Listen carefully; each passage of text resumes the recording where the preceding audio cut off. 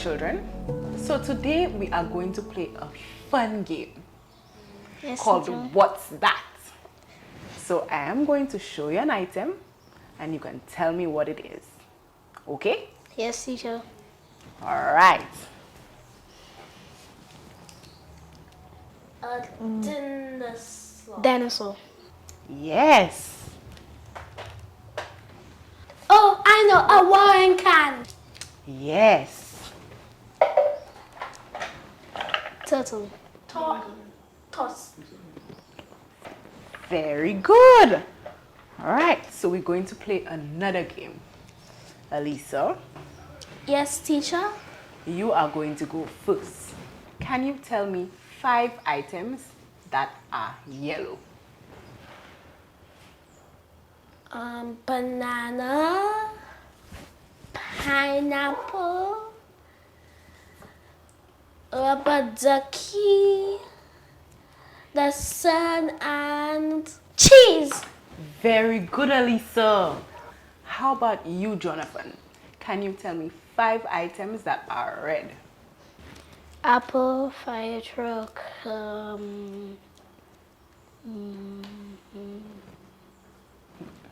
That's okay, Jonathan. How about in this room? Can you pick 3 items that are red?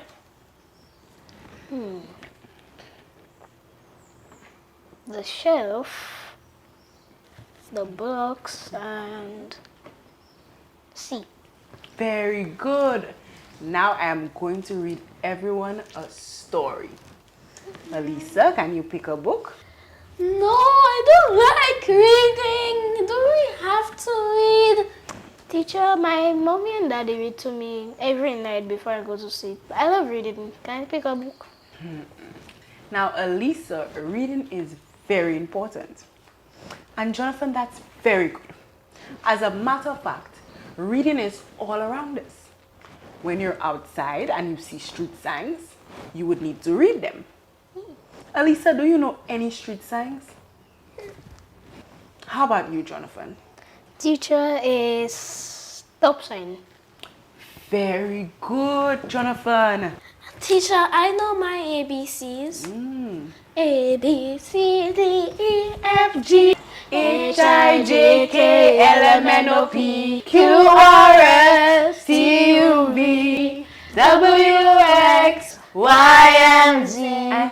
Now I know my ABCs. Next time won't you sing with me? Alright, children, so it is great that we know our ABCs. But remember, we were trying to pick a book. So, who would like to pick a book? Me. Alright, so you both can pick a book.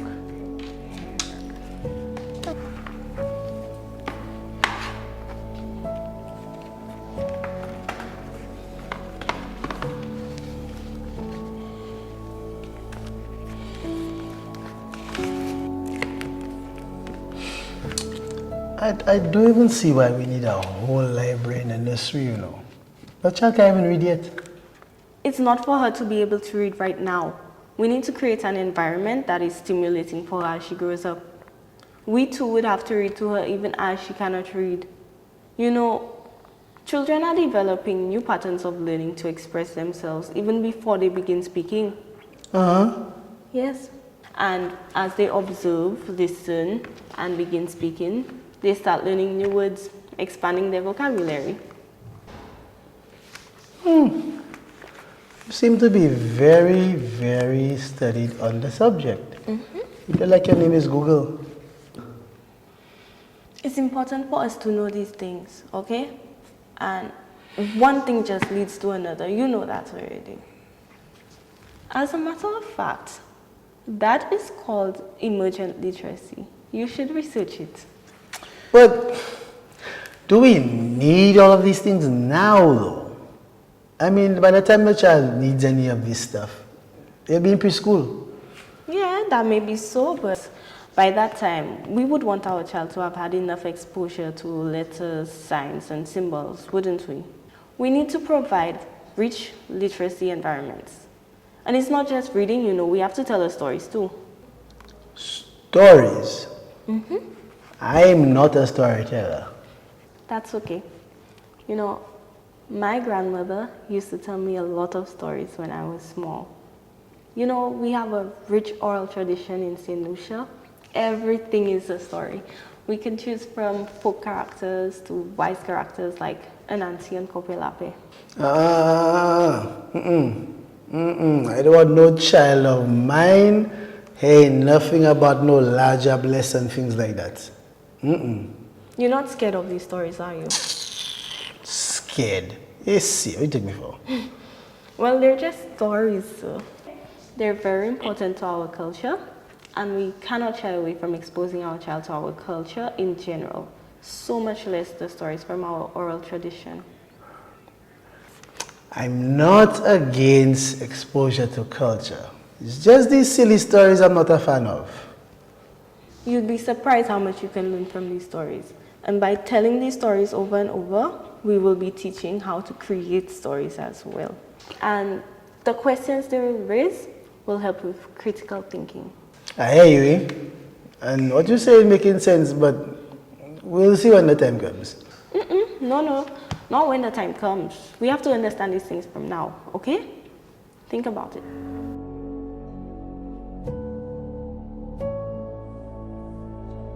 Your son is a gem. Oh, we appreciate that very much. And your daughter is amazing. She's a sweetheart.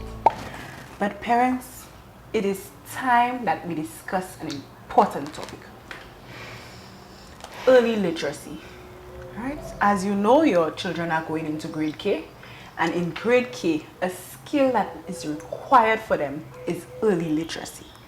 Right? So we need to work together to ensure that the children are on par. Well, miss, we're well on that. My husband and I read to Jonathan every single night. That's very good. But that's not all. We need to ensure that we create an environment that is supportive.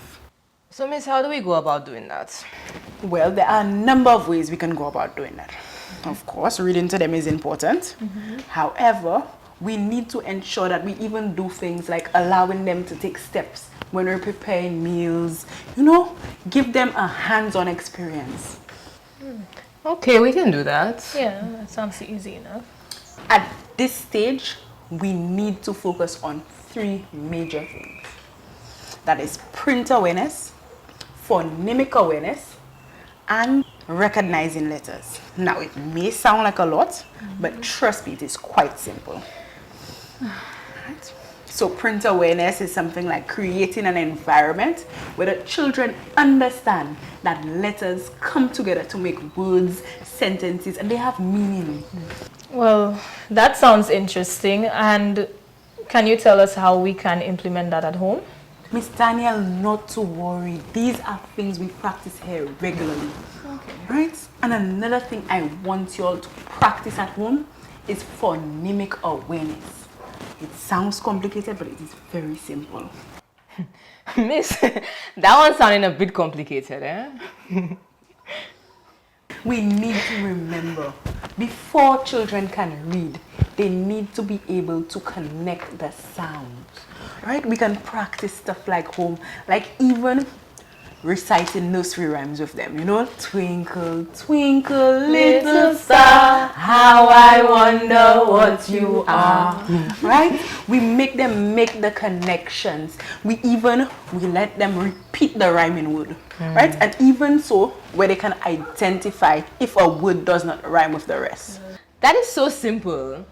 Right? Because I remember when I was a teen, my little sister, she used to like to say her nursery rhymes over and over again to everyone she met all day long. It used to drive me crazy sometimes because like every minute of the day and at the top of her lungs, she used to say the rhymes. You see, that's great. I'm happy you can identify. Even here, when we start the nursery rhymes, the children don't want to move on. Well, that shouldn't be a problem, eh? Because Elisa, you know, is always singing. And that's great too. But parents, there is another skill I want us to recognize. And I know we're already doing it, but it is recognizing letters. Right now, we're already doing it with allowing them to sing the ABCs. But it's not just about learning the ABC. It's about them being able to apply it as well. So we can make learning fun. We can do stuff like letter hunting at home. We can introduce the children to bingo, letter bingo, right? We can make it engaging for them. Now, parents, I want us to bear in mind that it is not necessary for them to master these skills right now. But I want us to be aware and to practice them regularly. But Miss, what about experimental writing? Because a coworker was telling me that his daughter teacher told them that it's a skill that she needs. Is that something you think that we need as well? Well, experimental writing is another important literacy skill. Right, this is where the children practice and engage, and they start off by making scribbles, and eventually they move on to creating shapes, and then they move on to forming the letters. All right, Miss, I think we can work on that one as well. Sounds simple enough. Oh, don't you worry, I can ensure you that we are practicing regularly at school. But why I'm mentioning it now, because I want you all to reinforce it at home. But Miss, I thought we were talking about the importance of playtime. There must be a balance. Of course, playtime is important. At this stage, the children learn through playtime. Right? So it is important that we make the activities that we do fun and engaging and ensure that they have a purpose. All right, that makes sense. Don't worry, parents. We are well on par with where we need to be with our children. No two children are alike. There will always be differences in strengths and weaknesses. And that does not necessarily indicate that there's a problem, right? It's just that children understand at different paces and at different rates. And that is why it is important for us to provide them with a fun and safe and conducive learning environment, right? Right now, it's all about the exposure, the fun and the engagement that we give our children. To play, be curious, and to have fun exploring books and the environment.